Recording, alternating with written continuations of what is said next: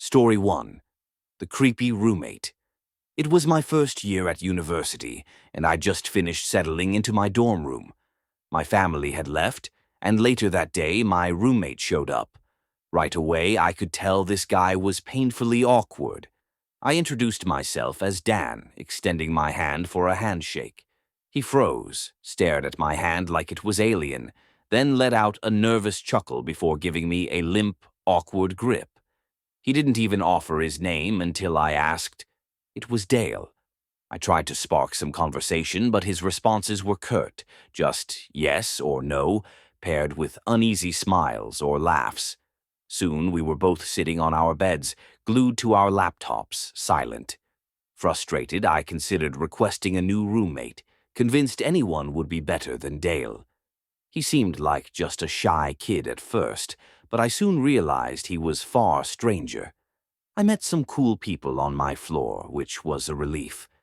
That first night, after exploring campus, I returned to find Dale in the exact same spot, unmoved. I greeted him casually.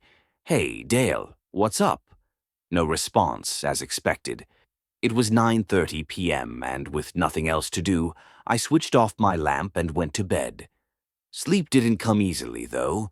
Dale stayed on his laptop until 3 a.m., when he finally shut it. I drifted off shortly after, but woke up within an hour. The blinds were open, moonlight flooding the room, and there was Dale, sitting on his bed, staring at me. I bolted upright, rubbed my eyes, and snapped, "Dale, what the hell?" He mumbled, "Sorry," and lay down. The next morning, I woke to find Dale gone. First time he'd left the room, I thought. It was Saturday, the first of the year, with orientation and campus events. While passing the school gardens with my group, I overheard students whispering, "What's that guy doing?" I looked and saw Dale, crouched in the dirt behind bushes, rubbing a tree's bark. The orientation leader didn't notice, or she'd have said something. I kept quiet, but later told the students I'd overheard that Dale was my roommate, sparking a chat that helped me make friends. We laughed, unsure if it was okay to find it funny. That night I met up with my new friends. When I returned, Dale was sitting in the desk chair, facing the door. "Hey, what's up?" I said. "Nothing," he replied flatly. I sat on my bed, opened my laptop, and noticed it wasn't locked. My emails, ones I hadn't read, were opened and folders had been accessed. Dale had clearly been snooping.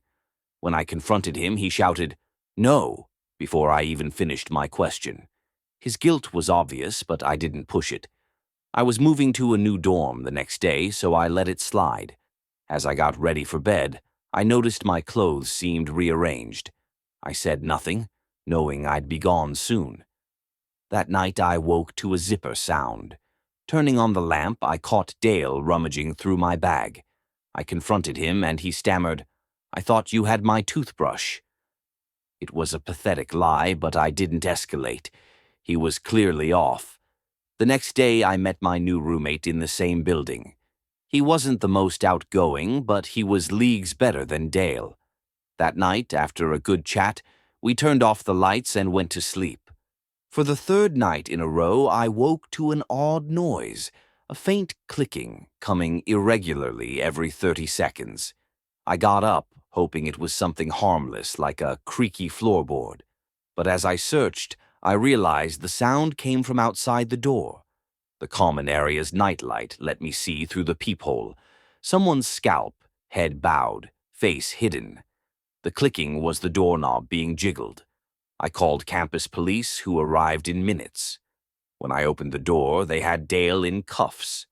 I explained he was my old roommate who'd been going through my stuff, so I'd switched rooms, only for him to try breaking into my new one.